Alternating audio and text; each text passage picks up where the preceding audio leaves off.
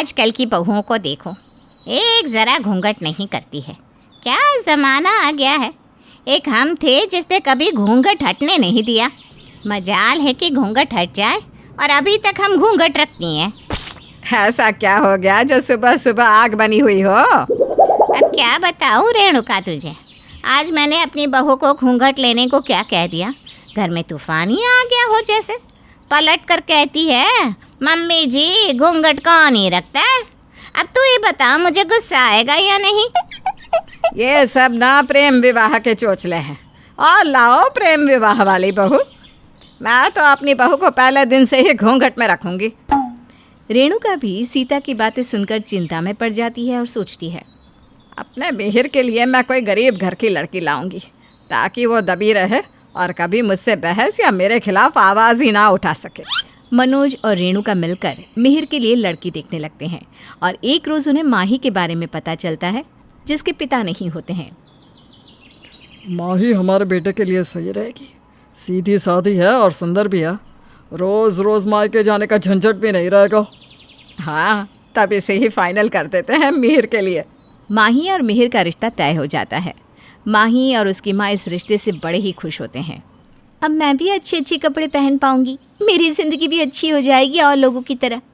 इतने बड़े घर का रिश्ता आया है, लगता है भगवान ने मेरी सुन ली। माही और मिहिर की शादी हो जाती है और माही बहू बनकर रेणुका के घर आ जाती है। शादी के पहले ही दिन रेणुका माही से कहती है, बहू एक बात कान खोल के सुन ले, 1 मिनट के लिए भी तेरे सिर से घूंघट नहीं हटना चाहिए। आज तेरी मुँह दिखाई है। जी मम्मी जी, जैसा आप कहें। माही पूरा दिन अपने कमरे में रहती है और शाम को अंजलि माही को कुछ जेवर और साड़ी देते हुए कहती है, भाभी ये साड़ी और जेवर हैं, इन्हें पहनकर अच्छे से तैयार हो जाना। लगना चाहिए कि तुम इस घर की बहू हो। और हाँ, घूंघट नीचे तक रखना, होठ तक नज़र नहीं आना चाहिए। वैसे तुमने कभी इतने महंगे जेवर और साड़ी देखे तो नहीं होगी। ठीक से पहनना, फाड़ मत देना। जी दीदी। अंजलि अपना घूंघट नीचे तक करके सबके सामने जाती है। जाते वक्त नहीं दिखने के कारण उसका पैर लड़खड़ा जाता है और वो गिरने ही वाली होती है कि मिहिर उसे संभाल लेता है। एक ज़रा चलने भी नहीं आता है, हमारी नाक कटवा देगी मम्मी ये तो। बहू, अगर तेरे कारण मेरी इज्जत पर ज़रा भी आँच आई ना, तो तुझे सीधा तेरे मायके भेज दूंगी। मायके का नाम सुनकर माही डर जाती है और सोचती है, अगर मैं मायके चली गई तो मेरी माँ पे क्या गुजरेगी, वो तो बिना मौत ही मर जाएगी। नहीं। माही तुरंत रेणुका से कहती है, नहीं मम्मी जी, मैं आपको अब एक भी शिकायत का मौका नहीं दूंगी। बस मुझे मेरी मायके मत भेजिएगा। मिहिर को माही से लगाव हो जाता है और वो माही की हालत देखकर बहुत दुखी हो जाता है। माही धीरे धीरे जाकर बैठ जाती है और एक एक करके सभी औरतें उसकी मुंह दिखाई करती हैं। बहू तो बहुत सुंदर है। मजाल है घूंघट इधर से उधर हो जाए। बहू इतना भी घूंघट नहीं रखना है, ऊपर कर ले, ज़रा सा माथा ही ढकना है। सीता के कहने पर भी माही अपना घूंघट नहीं हटाती। ये देखकर एक औरत कहती है, बहू तो तुझे हीरा मिल गई है, लेकिन ये भी अच्छी बात नहीं है रेणुका। बहू को इतना लंबा घूंघट और बेटी ऐसे ही घूमे। तो क्या तुम लोगों की तरह अपनी बहू को माँ बना लूँ, ताकि वो भी तुम्हारी बहुओं की तरह मेरे सिर और चढ़कर नाचे? मुंह दिखाए में माही को कुछ भी मिलता है तो वो अंजलि रख लेती है। फिर भी माही के चेहरे पर एक सिकन नहीं आती। अगले दिन माही बिना घूंघट के ही अपने कमरे से निकल जाती है। ये देखकर अंजलि उससे कहती है, ये मत सोचना कि घूंघट बस कल के लिए था। तुम्हारा चेहरा हमेशा ढका होना चाहिए, समझी? जाओ मेरे लिए चाय बना कर लाओ। जी दीदी। अंजलि माही के साथ काम वाली जैसा बर्ताव करती है। माही चाय बनाती है और अंजलि को देने जाती है कि घूंघट के कारण उसे कुछ दिखता नहीं और चाय गिर जाती है। एक काम ढंग से नहीं होता इस लड़की से। सोचा था भाभी के आने से कोई सुख तो मिलेगा, लेकिन मेरी ऐसी किस्मत कहाँ। इस तरह दिन बीतने लगते हैं और धीरे धीरे माही घर की पूरी जिम्मेदारी संभाल लेती है। घूंघट लेने की आदत उसे इस तरह हो जाती है कि वो अपने कमरे में भी घूंघट नहीं हटाती।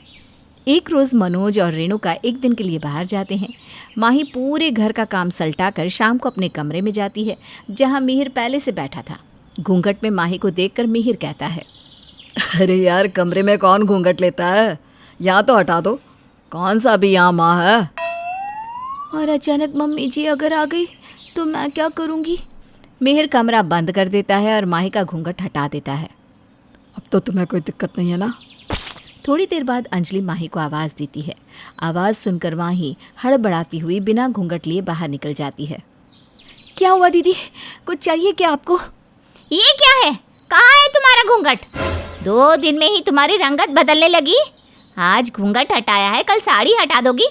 ये सब यहाँ नहीं चलेगा, समझी? अंजलि के ताने सुनकर माही का गला भर जाता है और उसके आंसू छलक पड़ते हैं। आवाज़ सुनकर मिहिर भी अपने कमरे से निकल आता है और कहता है, ये सब क्या है दीदी? आप किस तरह से माही से बात कर रही हैं?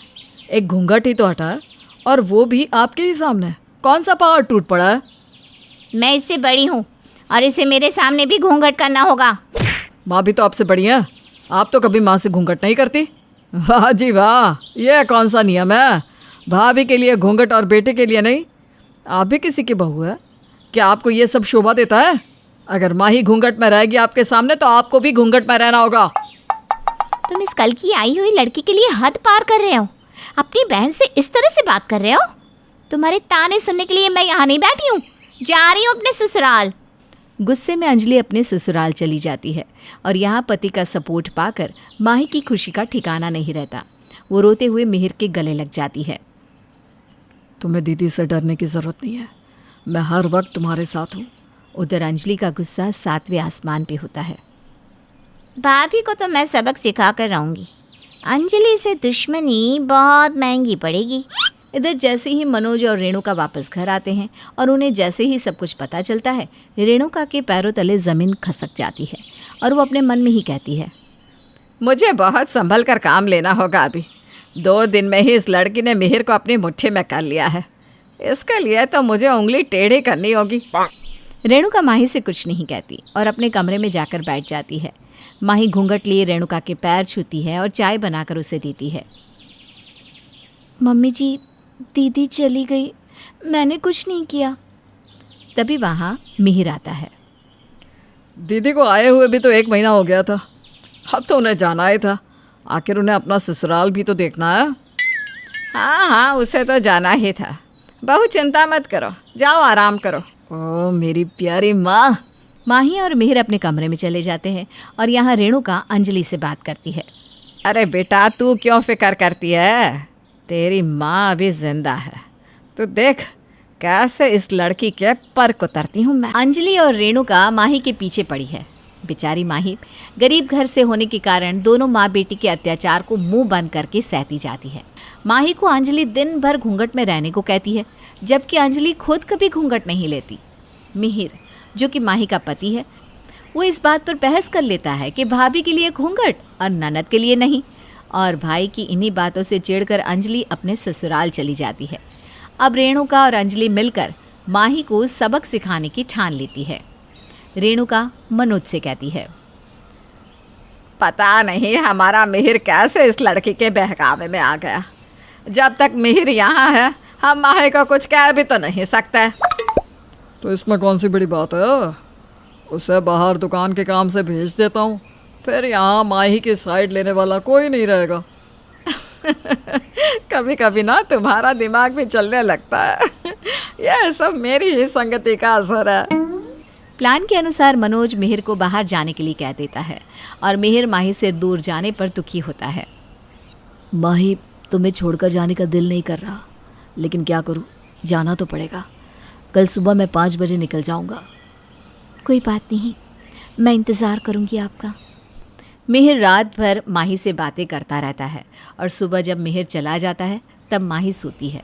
जैसे ही माही की आंख लगती है वैसे ही रेणुका चिल्लाने लगती है, महारानी अभी तक पलंग तोड़ रही है।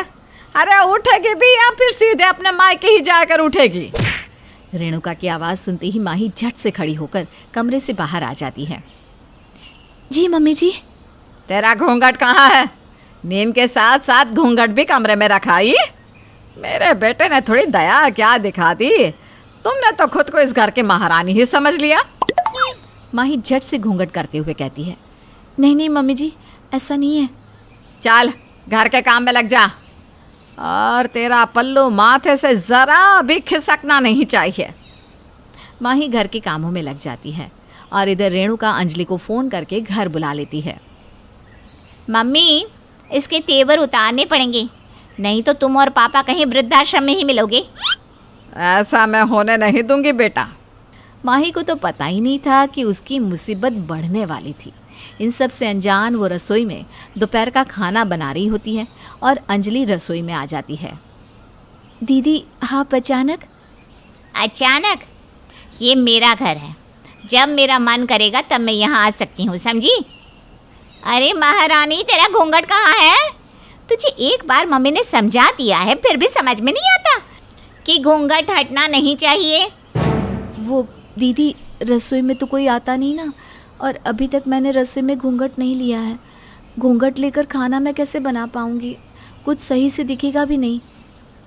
अब इस बकरी की ज़बान भी कैंची की तरह चलने लगी है। सब मिहिर की सह है। रुक, तेरी अकल अभी ठिकाने लगाती हूँ। अंजलि माही का हाथ पकड़कर गर्मा गर्म सब्जी में डाल देती है और माही दर्द से चिल्लाती रह जाती है और कोई उसकी मदद तक नहीं करता। दीदी छोड़ दीजिए, अब कभी ये गलती नहीं होगी। दीदी छोड़ दीजिए। माही के हाथों में छाले पड़ जाते हैं। वो बेचारी रोती हुई अपनी किस्मत को कोसती है। क्या सोच कर आई थी इस घर में, और मेरे साथ क्या हो रहा है? भाभी के लिए घूंघट और बेटी के लिए नहीं, ये कहाँ का न्याय है भगवान? हाथ जलने के कारण माही को बुखार हो जाता है और फिर भी वो दर्द में भी काम करती रहती है। अगले दिन अचानक प्रवीण अंजलि से मिलने वहाँ आ जाता है। प्रवीण को देखकर अंजलि सहम जाती है और सोचती है, इस हालत में अगर इन्होंने माही को देख लिया तो क्या होगा? मेरे ससुराल में भी मेरे साथ यही हुआ तो? तभी प्रवीण कह उठता है, अरे माई भाभी, ये सब क्या है? आपके हाथ तो जले हैं, फिर भी आप काम किए जा रही हैं। और इस ज़माने में भला घूंघट कौन ही रखता है? हटाइए इसे। अंजलि, क्या है ये? तुम लोग इन्हें घूंघट रखने से मना क्यों नहीं करती?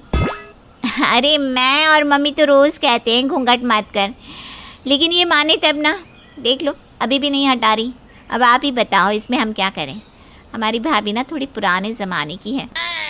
चलो ठीक है, अगर आप अपनी मर्ज़ी से ये सब करती हो तो कोई बात नहीं, लेकिन अभी के लिए काम मत कीजिए। हाथ सही हो जाए तब करना।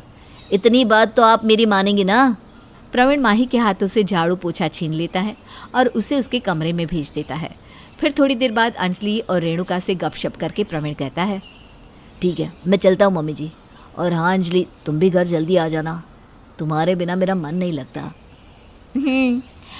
2-4 दिनों में आ जाऊंगी वापस। इतना कहकर प्रवीण चला जाता है और उसके जाते ही अंजलि और रेणुका माही पर चिल्लाने लगती। इधर प्रवीण की चाबी घर पर छूट जाने के कारण वो वापस चाबी लेने घर आता है और सब सुन लेता है। ओए महारानी, उठ जा, अब बहुत सोली, चल काम कर। दूसरे को देखकर गाय बन जाती है। उठती है या दूसरा हाथ भी जला दूं? नहीं नहीं, मैं काम करती हूँ, मेरे साथ कुछ मत करना। माही की ऐसी हालत देखकर प्रवीण की आंखें छलक पड़ती हैं और वो चुपचाप बिना आवाज़ किए वहाँ से चला जाता है। अपनी गाड़ी में बैठकर वो सोचता है, मुझे माही भाभी के लिए कुछ ना कुछ करना होगा, नहीं तो ये लोग उस बेचारी को जान से मार देंगे। अंजलि को तो बाद में देखता हूँ। प्रवीण उसी वक्त मिहिर को फ़ोन करके सब बता देता है। ये लोग आदमी नहीं, हैवान है, हैवान। अपनी बीवी को जिंदा चाहते हो तो जल्दी आ जाओ घर। मैं अभी यहाँ से निकल रहा हूँ। मिहिर अपने घर के लिए निकलता है और अगले दिन बुखार कम ना होने के कारण माही की हालत बहुत ख़राब हो जाती है और सुबह झाड़ू लगाते वक्त उसका घूंघट सिर से गिर जाता है और अंजलि उस पर बरस पड़ती है। कल तेरा हाथ जलाया, उसके बाद भी समझ में नहीं आया कि घूंघट गिरना नहीं चाहिए। चल, तू निकल मेरे घर से, अपनी माँ के घर जा। मेरे बेटे की मैं दूसरी शादी करूँगी। नहीं नहीं मम्मी जी, मुझे मत निकालिए यहाँ से, मेरी माँ मर जाएगी मुझे इस तरह देखकर। तेरी माँ का ठेका हम लोगों ने ले रखा है क्या? है, एक तो दहेज में फूटी कोड़ी तक नहीं दी और ऐसी बेटी हमारे माथे मत दी। इतना कहकर अंजलि माही को मारने के लिए हाथ उठाती है और उसी वक्त वहाँ मिहिर प्रवीण के साथ आकर उसका हाथ पकड़ लेता है। माही रोते हुए मिहिर के गले लग जाती है। अरे बेटा, इस मगरमच्छ के आंसू पर मत जाना। इसने जो किया तुझे क्या बताऊं बेटा।